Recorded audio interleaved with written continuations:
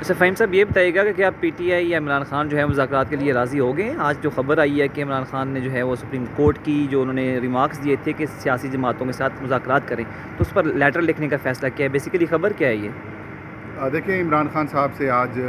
بلکہ پاکستان تحریک انصاف کی جو لیگل کمیٹی کے ممبران ہیں انہوں نے ملاقات کی ہے، اور عمران خان نے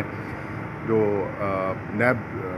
ریفرنس کیس تھا یا پھر نیب کی ترامیم کا جو کیس تھا، اس میں جو چیف جسٹس اور کچھ جو سپریم کورٹ کی جج صاحبان کی طرف سے پیشکش کی گئی تھی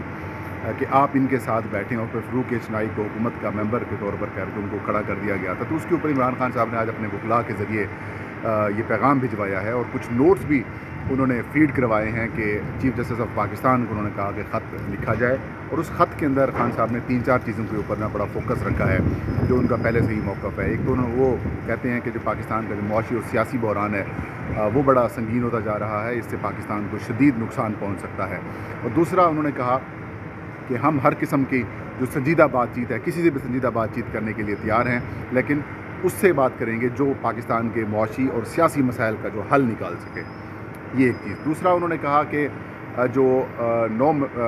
مئی کے واقعات ہیں ان کی بھی جو غیر جانبدارانہ تحقیقات جو ہیں وہ کروا سکیں، اور ساتھ میں جو مینڈیٹ جو چرایا گیا تھا وہ اس کے اوپر بھی خان صاحب نے اپنا موقف رکھا کہ ان کی بھی شفاف انداز میں تحقیقات اور ٹرائل کیا جا سکے۔ تو یہ ایک اچھی چیز ہے، خان صاحب تیار ہو چکے ہیں، لیکن بات وہی ہے، جو چیز 9 مئی ہو یا 8 فروری یا 9 فروری کے الیکشنز کی مبینہ دھاندلی کے الزامات ہوں، اس کے اوپر حکومت یا پھر حکومت کے جو چاہنے والے ہیں یا پھر ان کو جو چلانے والے ہیں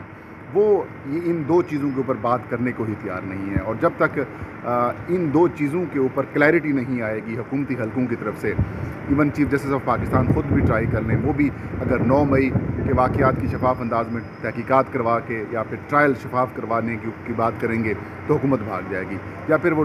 8 اور 9 فروری کی درمیانی شب جو پاکستان کے مینڈیٹ الیکشنز کے ساتھ جو ہوا اس کی بھی اگر تحقیقات کی بات کریں گے تو بھی اس کو کوئی تسلیم نہیں کرے گا۔ تو خان صاحب نے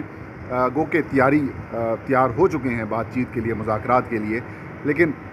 وہی کہانی ہے کہ ایک کنویں کے اندر جو ہے نا کتا مرا ہوا تھا، لوگوں نے پانی نکالنا شروع کر دیا، نکال دیا، بہت ذرا پانی جب نکل گیا لیکن پھر بھی اسمیل ختم نہیں ہو رہی تھی، تو کسی نے مشورہ دیا کہ جب تک کتے کو باہر نہیں نکالو گے تب تک معاملہ حل نہیں ہوگا۔ کہانی ابھی تک وہیں پھنسی ہوئی ہے، 9 مئی کے واقعات اور 8 اور 9 فروری کی درمیانی شب مبینہ انتخابی دھاندلی، ان کے اوپر سے خان صاحب پیچھے ہٹ نہیں رہے، ان سے وہ پیچھے ہٹیں گے تب پھر حکومت بھی بات چیت کرے گی، اور اگر حکومت یا پھر اسٹیبلشمنٹ، سیدھی سی بات ہے اسٹیبلشمنٹ، اگر وہ ان 2 چیزوں کی تحقیقات کے لیے تیار ہو جاتی ہے غیر جانبداری کے ساتھ،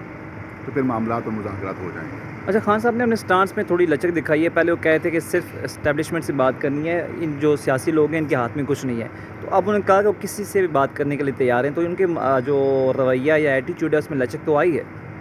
بیسیکلی اگر خان صاحب اگر پولیٹیکلی دیکھیں تو خان صاحب کو ایک بہت بڑی فیس سیونگ مل رہی ہے، کیونکہ خان صاحب چاہ رہے تھے کہ میں اس سے بات کروں گا جو طاقتور ہے۔